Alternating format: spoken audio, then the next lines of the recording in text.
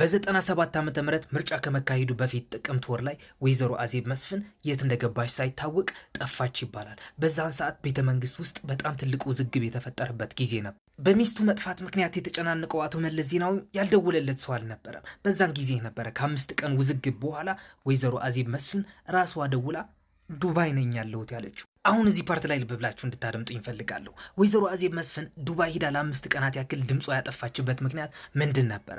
ማንጋስ ነበር ያረፈችው? 4 ቢሊዮን የአሜሪካን ዶላር ወርዝ እንዲኖራት ያደረገ ስትራቴጂስ ምንድን ነው? አያችሁ፣ አቶ መለስ በዚህ ትዳር ደስተኛ አልነበረም። ከ90ዎቹ አጋማሽ እስከ ህልፈቱ ድረስም ቢሮ ውሎ ሲመጣ አዜብ ቤት አያገኛትም ነበር። በ2 ሳምንት አንዴም ቤተ መንግስት ውስጥ በጣም ኃይለኛ ጭቅጭቅ ይነሳ ነበር ይባላል። የጭቅጭቃቸው መንስኤም የመጀመሪያ ልጃቸው በሆነች በሰምሃል ምክንያት ነበር። ብዙ ጊዜ አምሽታ ጠጥታ ጭሳጭሱንም ታጥና ነበር የምትመጣው። ግን አቶ መለስ ዜናዊ አንድ ቀንም ተቆጥቷት አያውቅም። ምክንያቱም እንዴት መሰላችሁ? አቶ መለስ ዜናዊ በድሮ ላይፉ እሱም በአንድ ቀን 3 ፓኬት ሲጋራ የሚያጨስ ሰው ነበረ። ግን አቶ መለስና ወይዘሮ አዜብ የሚያጨቃጭቃቸው የነበረው አርዕስትም ለልጆቹ ጊዜ አትሰጫቸውም በሚል ነበረ። ግን እንደዛም ሆኖ በሰምሃል ስም በጣም ብዙ ቢሊዮን ዶላሮች ወደ ውጭ ሀገር እንዳሸሹ ይነገራል። ከ2 ሳምንታት አንድ ቀንም ወይዘሮ አዜብና አቶ መለስ በተጨቃጨቁበት ቀን ወይዘሮ አዜብ በቦታ መቆየት አልፈለገችም እና በዛን ሰዓት ኮሮላ መኪናዋን አስነስታ ወደ ቦሌ ኤርፖርት ታቀናለች። ግን ወደ ቦሌ ኤርፖርት እያቀናች እያለች መጀመሪያ የደወለችለት ሰው ግን ሼክ መሐሙድ አለሙዲን ነበረ። ምክንያቱም እንዴት መሰላችሁ? ወይዘሮ አዜብ ወደ ዱባይ ስትበር በሼኩ ቻርተር አውሮፕላን ለብቻዋ ነበረ። ዱባይ እንደደረሰችም በአቶ እያሱ በርሄ መኖሪያ ቤት ቪላ ውስጥ ነበር ያረፈችው። በዛን ሰዓት ደግሞ አቶ እያሱ በርሄ የመቀሌ ትንሹ አላሙዲ እየተባለ ነበር የሚጠራው። እንዴት እንደሆነ ልንገራችሁ። እያሱ በርሄ የምናውቀው ሰዎች እናውቀዋለን፣ የማታውቁት ሰዎች ግን የህወሓት የኪነት አባል ነበረ። ኢህአዴግ ስልጣን ከያዘ ማግስት ጀምሮም ከኪነቱ ጋር በመሆን ዓለም እየዞረ ኮንሰርት ማቅረብ ጀመረ። በዛን ጊዜ በጣም በብዙ ሚሊዮን ዶላሮች እንደሰበሰበም ይነገራል። እናም ቱር እያደረጉ ከሰበሰቡት ሚሊዮን ዶላሮች መሀልም 3 ሚሊዮን ለራሱ አስቀርቷል ይባላል። አንዳንድ ሰዎችም 5 ሚሊዮን ነው ያስቀረው ይላሉ። እናም 1989 ዓመተ ምህረት ላይ ከህወሓት ለመልቀቅ ደብዳቤ ያስገባል። ህወሓትም ምን ልትሆን ነው የምትለቀው? እያሱም አይ የራሴ ቢዝነስ ለመጀመር ፈልጌ እኮ ነው። ምን አይነት ቢዝነስ ነው የምትጀምረው?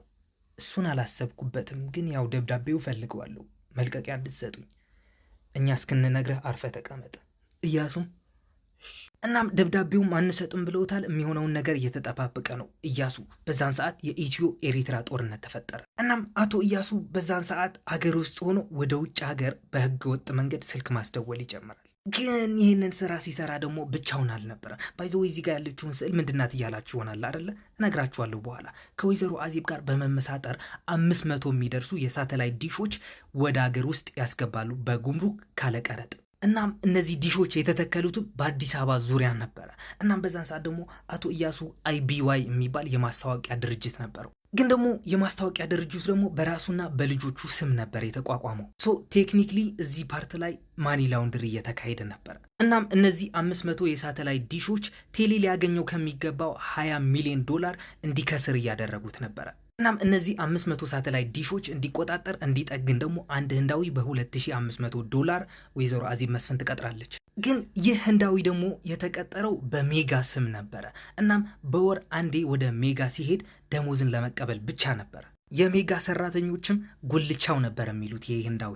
ብቻ ይህ ህንዳዊ ለ7 ዓመታት ያክል ብቻ ተንኮላቸው እስኪፈርስባቸው ድረስ ለ7 ዓመታት ያክል 210,000 ዶላር ከኢትዮጵያ እንደወሰደ ይነገራል። በዛ ላይም የግሉ ቤት ተሰጥቶት ነበረ፣ መኪናም ተሰጥቶት ነበረ፣ ነዳጅም በነፃ ነበር የሚቀዳው እንደዛ።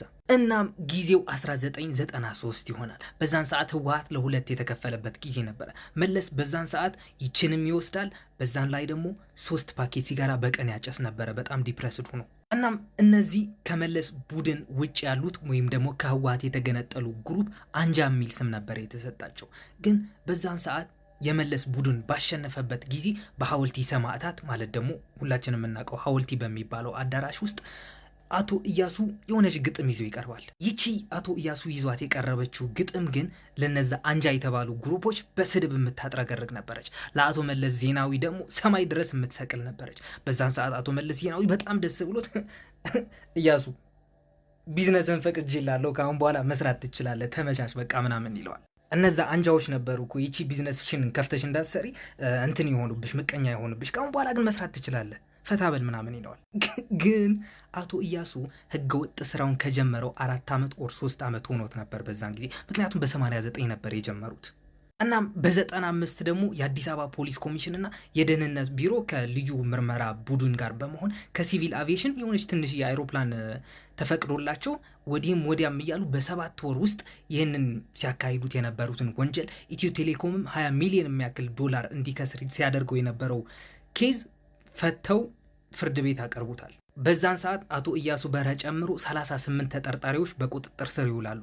እናም የቴሌ ቦርድ ኃላፊ የነበሩት ሰውዬ ደግሞ መጥተው በቲቪ መግለጫ ይሰጣሉ። ይህ 20 ሚሊዮን ብር ሲያከስረን የነበረው ሰው በቁጥጥር ስር ውሏል ይላሉ። 20 ሚሊዮን ዶላር ብያችኋለሁ መሰለኝ ከተሳሳትኩኝ። ብቻ ግን 20 ሚሊዮን ብር ነበረ። እናም እነዚህ ሰዎች እንደሆኑ 38 ተጠርጣሪዎቹም ይፋ ያወጣሉ።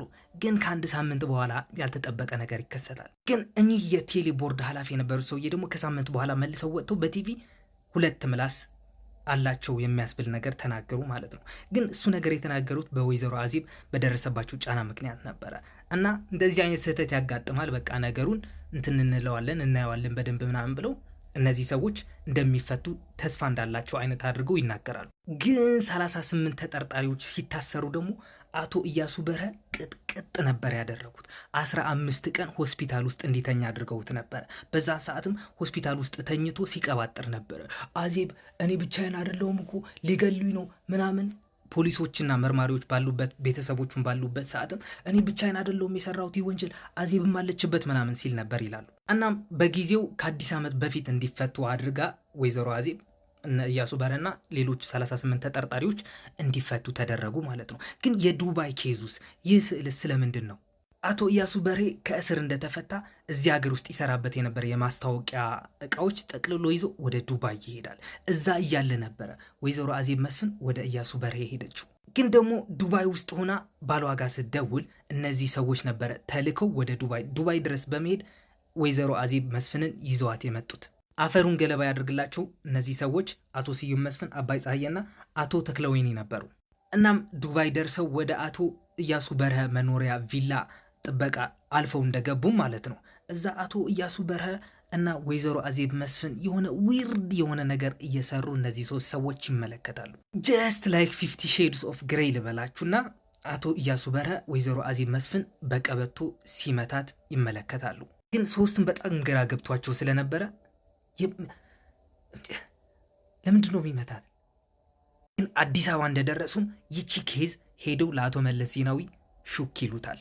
አቶ መለስ ዜናዊም ቀን ጠብቆ በ2002 ዓመተ ምህረት አቶ ኢያሱ በርሀ በአላማጣ የገቢ ማሰባሰቢያ መድረክ ላይ እየመራ እያለ በጣም ደክሞት ውሃ ስጡኝ ባለበት ሰዓት ለሱ ስፔሲፊክሊ የተዘጋጀች የተመረዘች ውሃ ነበረች። ተሰጠችው፣ ጠጣ፣ ሞተ ይባላል። አቶ ኢያሱ በርሀ የሞተበት ኬዝም በወይዘሮ አዜብ መስፍን እንደሆነ ይህ ያቀረብኩላችሁ ኢንፎርሜሽን ፕሮቫይድ ያደረገልኝ መጽሐፍ ይናገራል። ብቻ እስካሁን የደፈለፍኩትን ነገር ከተመቻችሁ ኦፍኮርስ ይመቻችኋል፣ ላይክ ማለት እንዳርሱ፣ ፕላስ ምልክቷንም ተጫኑልኝ። ይሜ